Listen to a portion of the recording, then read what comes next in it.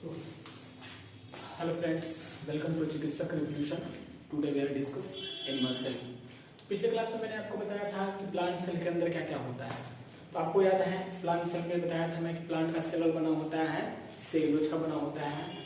Plant cell में nucleus central नहीं बल्कि पेरिफेरल होता है due to presence of large vacuole. क्योंकि प्लांट सेल के अंदर वैक्यूल्स होता है ना, वैक्यूल्स होता है सिंगल मेंबर जिसका बना होता है दोनों प्लास्ट का।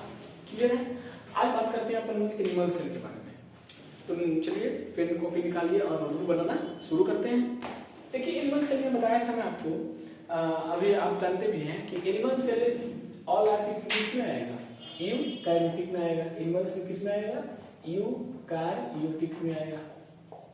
ये तो क्लियर है कि एनिमल सेल किस में आएगा, यूकैरियोटिक में आएगा। देखिए एनिमल सेल में क्या होगा, सेल वॉल नहीं होता है, इट इज वेरी इंपॉर्टेंट। जबकि प्लांट्स में बताया था आपको कि प्लांट का सेल वॉल बना होता है सेलुलोज का बना होता है। और सेलुलोज क्या है, एक टाइप ऑफ पॉलीसेकेराइड। यहाँ सेल वॉल है तो एनिमल सेल में क्या सेल वॉल नहीं होगा, एब्सेंट होगा। सेल वॉल एब्सेंट है इसका मतलब प्लास्टिड्स भी एब्सेंट होगा, क्योंकि प्लास्टिड्स को तो प्लांट में देखे थे वो एक प्रकार का टाइप ऑफ पिगमेंट है ना। जो एनिमल है तो इसमें प्लास्टिड्स भी एब्सेंट। पहला क्या हुआ, सेल वॉल एब्सेंट, दूसरा क्या हुआ, प्लास्टिड्स भी एब्सेंट। क्लियर। तीसरा पॉइंट बनाइए, वैक्यूल एब्सेंट या स्मॉल वैक्यूल। अगर देखिए एनिमल सेल में वैक्यूल आपको दिखता भी है, अगर होती भी है वैक्यूल्स, तो कैसा होगा, स्मॉल होगा, छोटा होगा। लेकिन जबकि प्लांट सेल में क्या देख रहे थे, लार्ज वैक्यूल देख रहे थे। प्लांट सेल में क्या देख रहे थे, लार्ज वैक्यूल देख रहे थे। और वैक्यूल्स के मेम्ब्रेन को बताया था मैं, वैक्यूल्स के मेम्ब्रेन को क्या बोलते हैं, दोनों प्लास्ट बोलते हैं। क्लियर। अब आगे देखिए, सेंट्रियोल प्रेजेंट होगा, जबकि उसमें क्या था, सेंट्रियोल नहीं था। It is very important.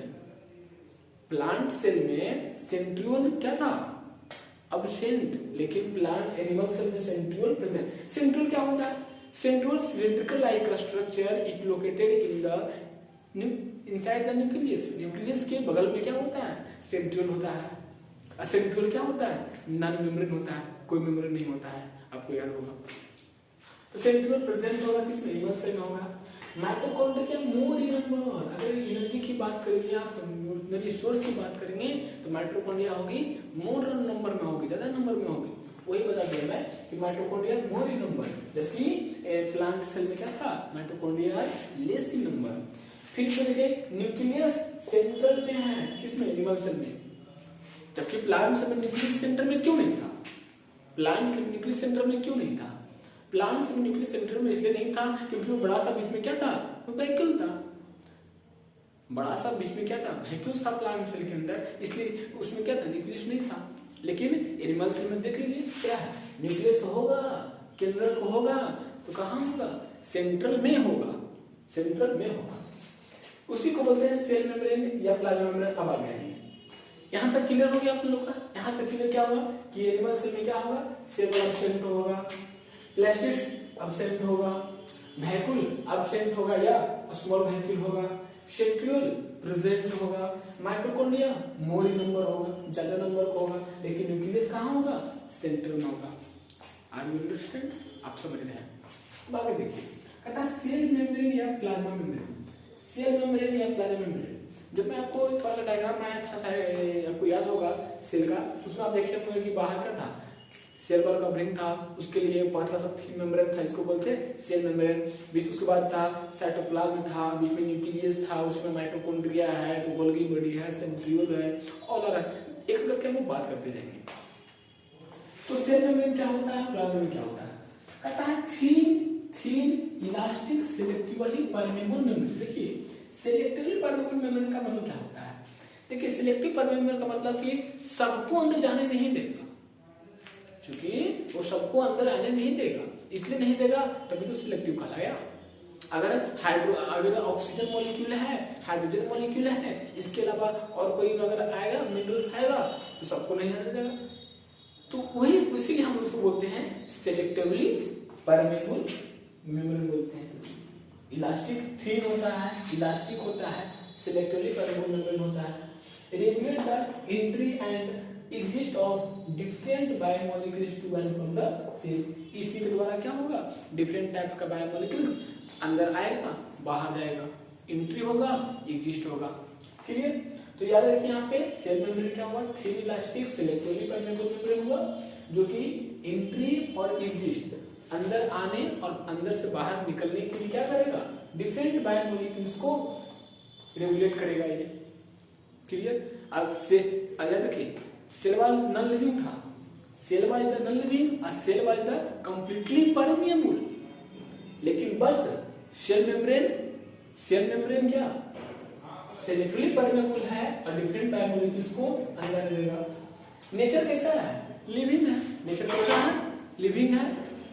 Nature कैसा है, लिविंग है। इससे थिकनेस की बात करोगे आप तो 72 100 एंगस्ट्रॉम होगा और 1 एंगस्ट्रॉम इक्वल टू क्या है, 1 angstrom equal to 10 to the minus 10 metre. अगर आपको याद हो आपको याद होगा कि थिकनेस में क्या होगा 72 100 एंगस्ट्रॉम और 1 angstrom equal to 10 to the power minus 10 metre. Position की बात हो गई, एनिमल सेल में पोजीशन कहाँ होगा, पोजीशन की अगर आप बात करते हैं तो एनिमल सेल में कहाँ होगा, आउटर मोस्ट कवरिंग होगा, आउटर मोस्ट कवरिंग होगा इसमें एनिमल सेल में।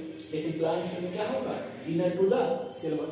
क्योंकि अगर आपको डायग्राम याद होगी तो मैंने डायग्राम ड्रॉ किया था, बाहर ये क्या है, सेल वॉल है, बाहर आपको याद होगा तो क्या है, सेल वॉल है, और सेल वॉल के अंदर पतली सी थिन लेयर, सेल वॉल के अंदर पतली सी थिन लेयर है जिसको मैं बताया आपको क्या, प्लाज्मा मेम्ब्रेन। प्लाज्मा मेम्ब्रेन का एक और नाम था आपको याद होगा क्या, सेल मेम्ब्रेन। अब इसमें क्या है, इधर semi solid fluid like structure भरा हुआ है जिसको आप बोल रहे हैं क्या, साइटोप्लाज्म बोल रहे हैं। और बीच क्या है, न्यूक्लियस है। क्या है इसमें, न्यूक्लियस है, और न्यूक्लियस में क्रोमोसोम डीएनए आरएनए भरा हुआ है। यही तो था। तो अपन तो इसको बात कर रहे थे सेल वॉल कैसे का बना होता है, डेड होता है।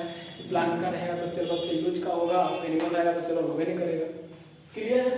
अब ये जो इस लेयर की बात कर रहे हैं, जो प्लाज्मा मेम्ब्रेन है, इस लेयर की मैं बात कर रहा हूँ। तो इस लेयर में आपने क्या देखा, इस लेयर में आपने देखा कि it is completely selectively permeable membrane और थिन होता है और इलास्टिक होता है। क्लियर है? अब इसके लिविंग में हो गया तो आई थिंक यहाँ आपको समझ में आ रहा है। तो एक बार निकल पड़ते हैं 2 मिनट में। एनिमल सेल में क्या था, सेल वॉल एब्सेंट, प्लास्टिस में एब्सेंट, वैक्यूल्स एब्सेंट या होगा भी तो स्मॉल वैक्यूल्स होगा, सेंट्रियोल प्रेजेंट होगा, माइटोकॉन्ड्रिया ज्यादा नंबर का होगा, न्यूक्लियस सेंट्रल में होगा। सेल मेम्ब्रेन या प्लाज्मा मेम्ब्रेन में क्या था, सेल मेम्ब्रेन प्लाज्मा में देखा आपने, thin elastic selectively permeable membrane regulate the entry and exit of different biomolecules to and from the cell. Nature living है। ये सारा कुछ एनसीईआरटी की लाइन है, जो हमारी बुक प्रिय पुस्तक हमारी जो हुई एनसीईआरटी है ना, वो इसकी कहानी है। थिकनेस की बात करोगे 70 to 100 एंगस्ट्रॉम और 1 angstrom is equal to 10 to the minus 10 metre. Position की बात करोगे तो एनिमल सेल में कहाँ होगा, आउटर मोस्ट कवरिंग होगा, जबकि प्लांट सेल में क्या होगा, inner to the cell wall होगा। तो ये रहा कुछ आपका एनिमल सेल में रहा। तो आई थिंक यहाँ तक आपको समझ में आ रही होगी। यानी कि एनिमल सेल में कंप्लीटली कर सकते हैं, पूरा तो डिफरेंट नहीं है, लेकिन क्या कुछ ऐसे भी टर्म है जो कि सिमिलर दिख रहा था। आपको मैं बताया कि प्लांट सेल में आपने देखा माइटोकॉन्ड्रिया था, वहां भी था, यहाँ भी था, डीएनए आरएनए वहां भी यहाँ भी देखा।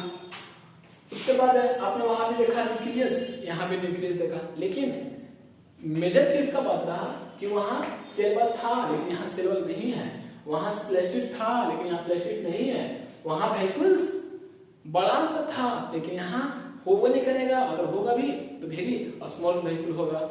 क्लियर? सेंट्रियोल होगा। तो आई थिंक आपको ये सब क्लियर आ रही है। तो आप लगातार नोट्स बनाते रहिए। तब तक के लिए इतना ही छोड़ते हैं। All the very best.